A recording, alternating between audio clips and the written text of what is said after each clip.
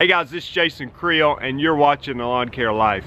I want to talk to you about how to price your lawn care services in a crowded industry. And I'm not talking about lawn care overall. I mean, yeah, it's crowded. There's a lot of people in it. But in some particular markets, I've heard that it is extremely crowded, okay?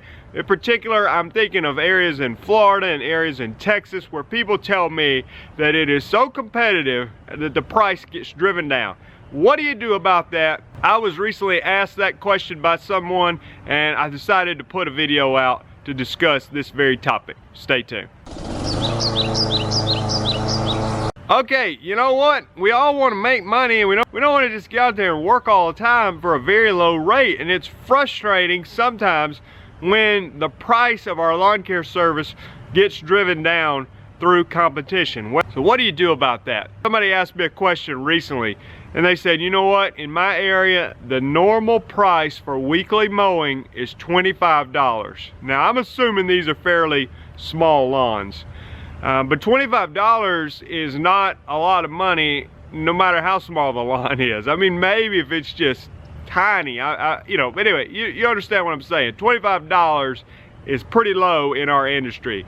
And it kind of caught me off guard a little bit. I thought, wow, $25, that you know, I know you cut it every week, but that's really low. I mean, in my area, that's, you know, too low. And so I guess in some ways it made me thankful for the prices in my area.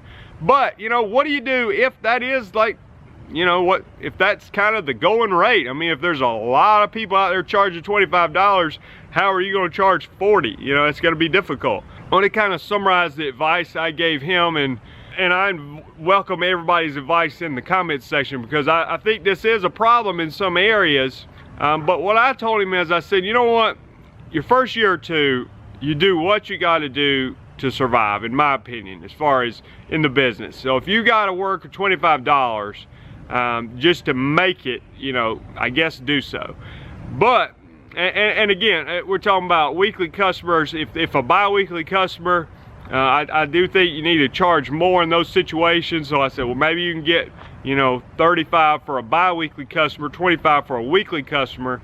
And then a couple things. One, if the prices are driven way down, I would definitely try to make my route density as tight as possible and get as many yards in a close area as possible, because efficiency, which I think is one of the most important things in our industry, all then becomes so important if the price is $25. I mean, I need like 20 yards in the same neighborhood that we can mow in a very short amount of time to make this worth my while. I mean, if I'm driving all over town for $25, that's not enough money, you know what I'm saying? So there might be a sense where you got to really focus on efficiency.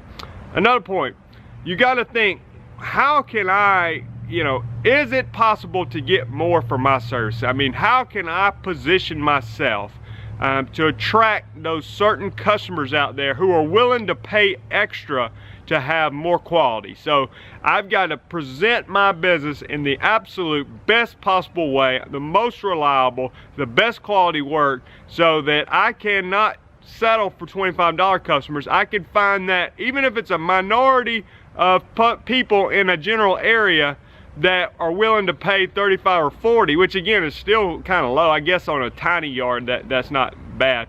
But I want to try to find those who are willing to pay more, because you know what, I'm not sure you can really make it on 25. I mean, it's going to be tight, I'll say that. And another point is, I think it's going to be all the more important if the price has been driven down to $25. I think that, in my personal opinion, I would also look into what other areas are out there that the competition has not driven the price down so much. So this guy was looking at getting his spraying license to get into weed control and fertilization, and that's why he was talking to me about that. And I said, you know what, if the mowing was at $25, I would look very serious at looking into weed control and fertilization. Perhaps in that business there's not as much competition, there's a little more barrier to entry, and that's going to keep the prices up a little higher. Well, if you don't want to get into weed control, there's other areas. You know, maybe you think, you know what, I need to learn how to build an outdoor fireplace, or I need to get into landscaping, or I need to do something where the prices are higher. Maybe you can use that mowing is a steady income, but I would take a hard look at what can I expand into. Maybe getting into mosquito control or something like that that can bring a higher profit margin than the mowing.